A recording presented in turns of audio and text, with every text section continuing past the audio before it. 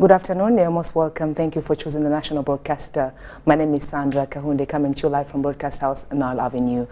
Now, this happens to be the 17th day of June 2023, a great Saturday. Now, starting off with activities, as far as this day is concerned, a sad one coming through. Several people, mostly students, have been killed at a school in western Uganda by rebels linked to the Islamic State group. A further 8 people remain in a critical condition after the attack of Lubirira Secondary School in Impondwe. Boys who were staying in dormitories at the school are among the dead. The Allied Democratic Forces, a Ugandan group based in the Democratic Republic of Congo, have been blamed for Friday's attack. The attack happened at around 11:30 p.m. Friday at the school in the Kasese district. Over 60 people are educated at the school, most of whom live there. ADF rebels burnt a dormitory and a food store was also looted during the incident. Some of the boys were burnt or hacked to death. Major General Dick Olum from the Ugandan Army told the media. Others at the school, mostly girls, have been abducted by the group, he added. Some of the bodies are said to have been badly burnt, and DNA tests will need to be carried out to identify them. The attackers are said to have touched the students' mattresses and are also thought to have detonated bombs. Members of the wider community are possibly among the dead. A number of students remain unaccounted for.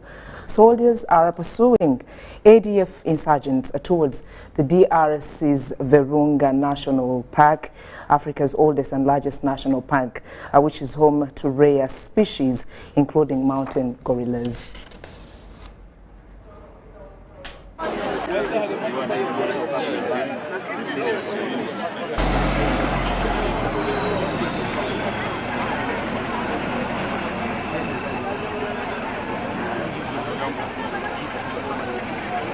So immediately after the short briefing, I ordered each and every student to go to the respective dormitory, ordering them that you should make sure they put padlocks. After putting their padlocks, I also got mine. I locked in my room where I sleep. Within like 3 minutes, I heard girls making alarm vigorously. I was like, what is taking place? What I did first, I called my boss. I said, boss, we have been attacked by strangers. From there, I texted a message to my friend again that we have been attacked by strangers there, and then the phone shut down. As the situation continues, I heard those strangers asking for phones from students, money from the students, toothpaste from the students. After asking for all those, they were like, where do you expect other people? The students kept quiet. Now they began slapping them, kicking them, doing whatever they wished. From there, after some times, maybe after they have kicked them, I had taken each one by one outside. They caught, they slapped using hose, hammers, and any kind of equipment. But I could hear the alarms of the students crying, Jesus, Jesus, Jesus, Jesus. So me, I was quiet in my room. They tried to open my room. They failed. What they did, they shoot the padlock. The padlock was open now. Now, my room, we have shifted some cupboard there. Maybe they thought that there is nobody in that room. They left. After leaving, I was like, now what am I going to do? In Kasese, to keep calm and to cooperate with the government and to cooperate with the UPDF for subsequent instructions on how to handle the situation. But at the moment, really, it's a moment of grief And I say sorry to all the Kasese people. I say sorry to all the people of this place, because really we have lost our people. Personally, I have relatives I've lost in this problem, because we had students who have been killed, and some relatives have been killed around. Really, it's a moment of serious grief.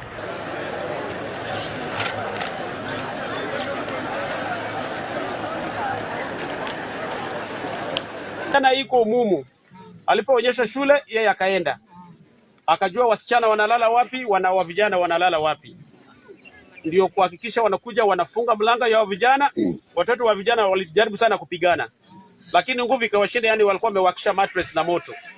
Kwa wasichana walikuta mlango iko wazi, ndio kuua na kukatakata. So ilikuwa ngumu, wamechukua wengine wachache. Lakini chenye nataka kuambia kila mtu akue macho. RDC amesema government ya Uganda na Kongo inatengeneza barabara kutoka Kasindi hadi wapi? Beni. Ili nyinyi mfanye nini? Biashara. Tunaelewana? Kama kuna mtu ambao hamuelewi, ameonekana, huyo mtu ashikwe.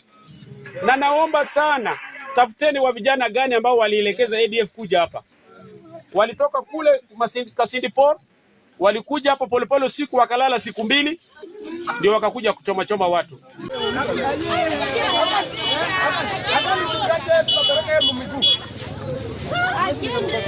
Atakimbia jamaa.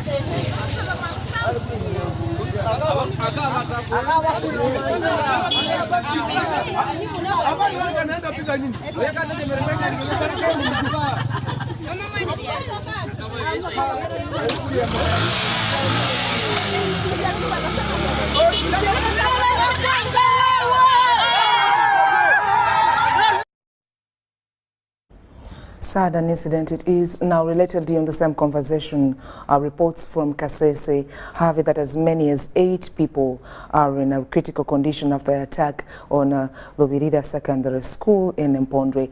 The injured are being treated at Boera Hospital.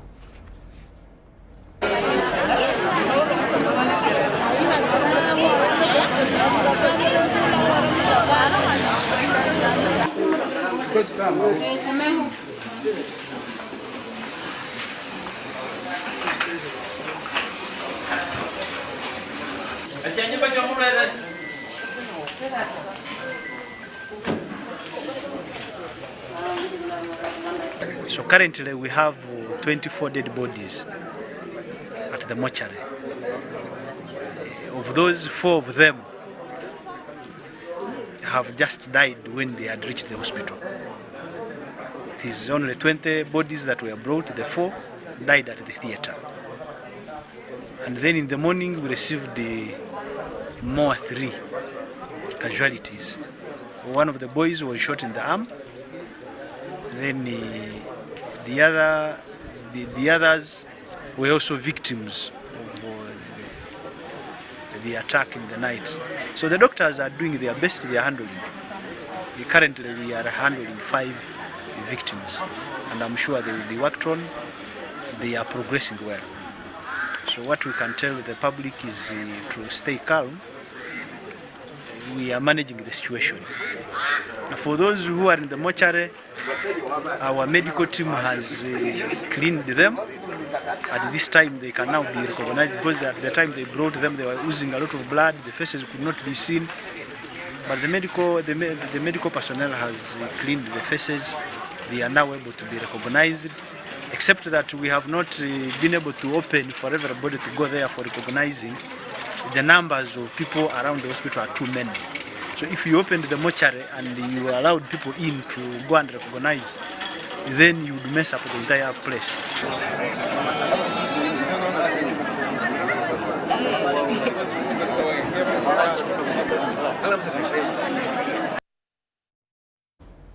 More news highlights on the same matter.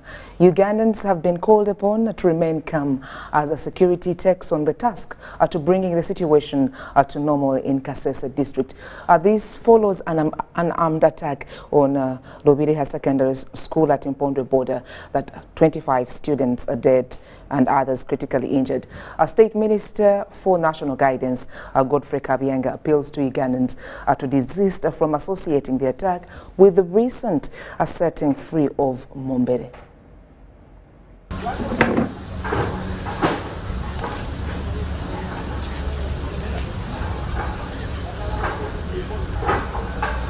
Congo had allowed some people to cultivate part of the national park because they have so many refugees who have been coming, so they allowed them to, they gave them some part around, probably around 1,000 acres of the national park to grow crops when they are waiting for their area to stabilize. We call it domain. Now, Ugandans also decided to also register as Congolese to go and cultivate in that domain. So for the last 2 weeks, those ADF rebels have been terrorizing people who are cultivating in that domain. And they have killed about 15 or 10 people, but most of them are Congolese. So the population has been reporting back, and obviously UPDF is in Congo. They know what has been happening there. So that area has been a bit of unstable for the last 2 weeks. But you know the border is very porous, even when security is very tight there, UPDF has deployed. Still those people can get somewhere. If they are about 5, they can get a way of crossing. And because the place is habitable, it is densely populated, you may not differentiate who is a bad person and who is not. Because for some time now, around 20 years, the place has been stable. Kasese has been very, very stable. ADF has never crossed in the last 20 years. So people are, even the LOCs had sort of relaxed. The killing at that border started about 3 weeks ago. Even before anybody knew that Mumbere would be released. Because Omusinga Mumbere's release was surprised everybody. Nobody knew that he would be released on Wednesday. But the killing along the border, the terrorism of ADF, has been continuing, but coming closer to the border. For 2 weeks, there has been issues. So this one is just a mere coincidence. And I would like also to tell people that they should be careful. Because I know now people are going to bring it and tie it on the Mumbere issue, which will be very, very unfortunate. And that's why I warned political leaders when they were talking so many things, a lot of English on TVs. I said, please talk little English because someone can easily now connect your words to what has happened, which is very, very unfortunate. But in my heart of hearts, I still believe this is just a mere coincidence.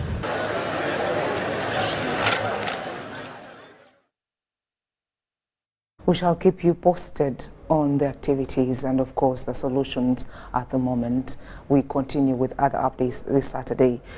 African leaders have urged Russia and Ukraine to settle the war between them through negotiations and diplomatic means.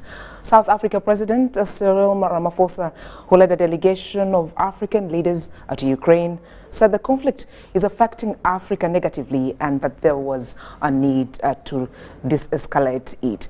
Ramaphosa told the media shortly after a closed-door peace mission meeting with Ukrainian President Volodymyr Zelensky in Kiev. The leaders from 7 African countries visited Kiev as part of a mission aimed at brokering a peace between warring countries of Russia and Ukraine.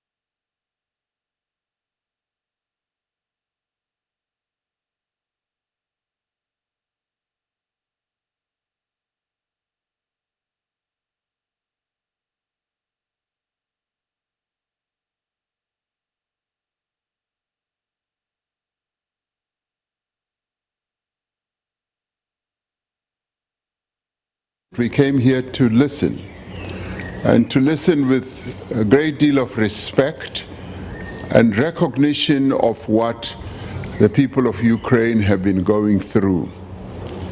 We did go to Bucha and we saw what had happened there, and I've been told that there are investigations, the International Court is going on with that, and I think from where we stand, that process should be allowed to go on. And in our view, it is important to listen very carefully to what both countries have to say. And tomorrow we are now going to listen to President Putin.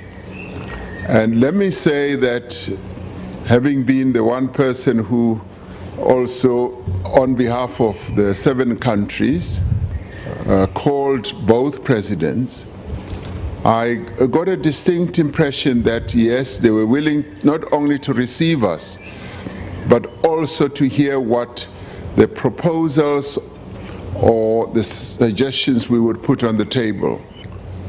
This is indeed a historic mission in a quest for peace. And I could say that our mission really revolves around 10 key elements.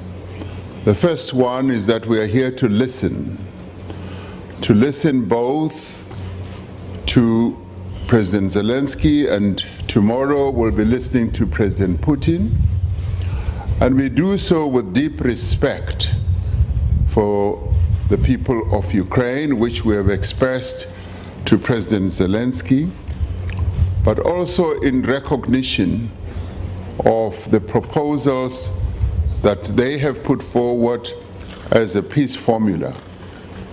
We're going to also listen to President Putin with regard to how he sees the road to peace.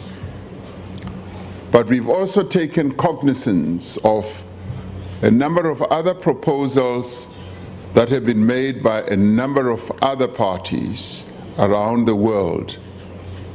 And we do believe that this process for peace, much as it is complex, requires that all viewpoints must be put on the table. Now, at least 1,638 police officers have been promoted to various ranks, including senior commander of police, commissioners, assistant commissioner, and other ranks. The ceremony was held at the Internal Affairs Ministry headquarters and was presided over by the Minister of Internal Affairs, retired Major General Kahunde Otafire. 138 police officers have been promoted to various ranks, including Senior Commissioner of Police, Commissioners, Assistant Commissioner, and other ranks. And on the advice of the Uganda Police Authority, His Excellency the President has appointed on promotion 1,638 officers, gazetted police officers, to the ranks of Senior Commissioner of Police, Commissioner of Police, Assistant Commissioner of Police, Senior Superintendent of Police, Superintendent of Police, and Assistant Superintendent of Police. The Minister of Internal Affairs, Major General Kahunde Otafire, urged other junior officers to be further promoted, as it is the only honor they can get in their service to the country. So, servicemen deserve recognition, because that's the only thing we can give them.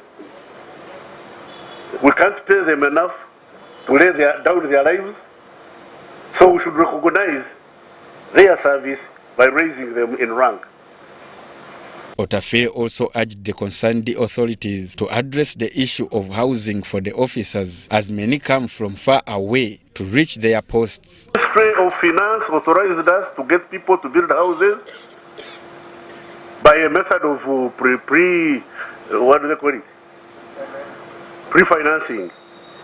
Recently you told me that you are working on prisoners and this other group of immigration. Please do it first. I want this housing project for the police, for the prisoners, for the immigration to commence once and should be done very quickly. Now, when I've done promotions, I've done housing, I've fought for salaries, then we can start dismissing people who don't do their job. Police management and several senior police officers attended the ceremony. Nicholas Nduga, UBC. I'm going to be right here shortly after these messages to bring you more news.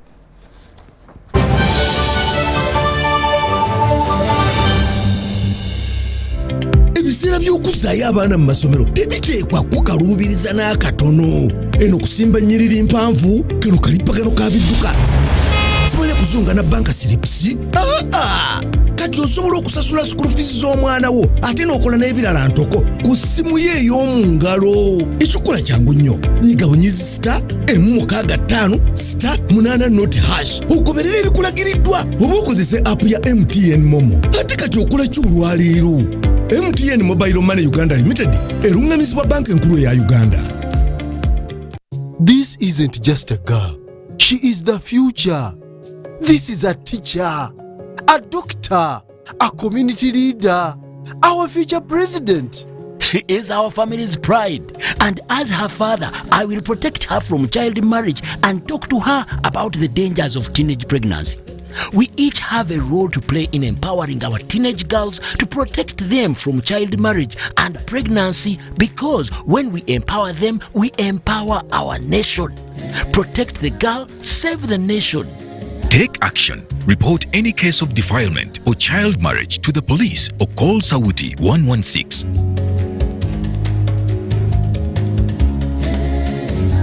Uganda is rich in natural resources and hard-working people. But to turn these resources into real progress and development, we need to invest in our infrastructure, education, and healthcare. That's where taxes come in. When we pay our taxes, we are investing in our country's future. We are supporting the schools that educate our children, the hospitals that care for our families, and the roads and bridges that connect our communities.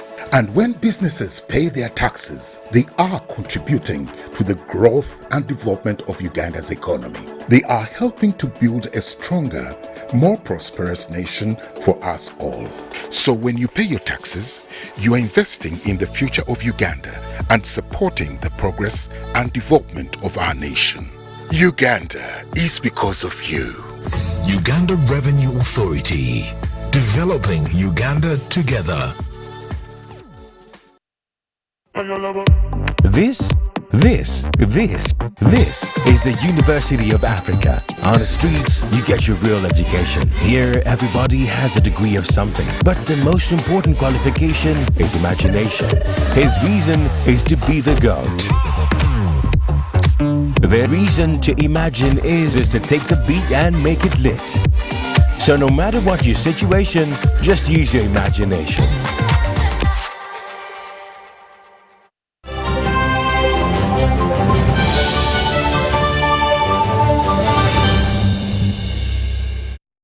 Welcome back. Thank you for watching and following. Now, two other updates this Saturday.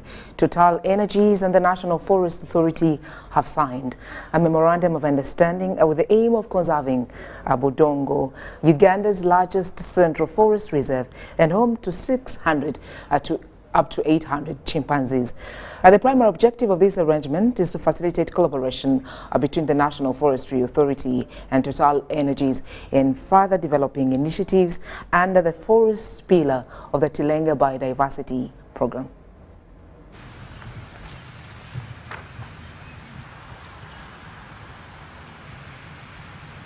Together with all our stakeholders, we are committed and we have a mission to achieve a net positive impact on the Tilenga project areas and the surrounding landscape. We have to draft a plan for the conservation of Budongo, and out of that plan, the definitions of that will enable us derive the cost for the MOU. We have a target to restore wetlands and forests that carbon sinks, and through that we will contribute to the reduction of the carbon footprint. This is something which is not coming from the blue. It is in our strategic plan. It is something which we anticipated many years ago, and we want to continue consolidating and building new partnerships for sustainable forest management. The goal of government is to increase the forest cover to 15% by 2025. Currently we're at around 13%, and through such partnerships is one way where we can get the resources, get the logistics for strengthening forest protection, and thereby contributing to the increase in forest cover. Under this MOU, we are going to do forest patrols by use of technology. We are anticipating the use of what we call smart technologies. SMART is spatial monitoring and reporting tool, which is used in forestry management. It is one of the tools which we are now using in forest management, and also building into the forest information management system. So this is a tool which we are employing now, and under this MOU, Total will support the use of that tool.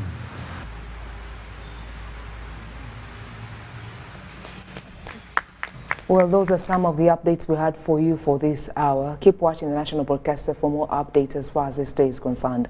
My name is Sandrah Kahunde from the entire team behind the scene. Enjoy your afternoon. God bless you.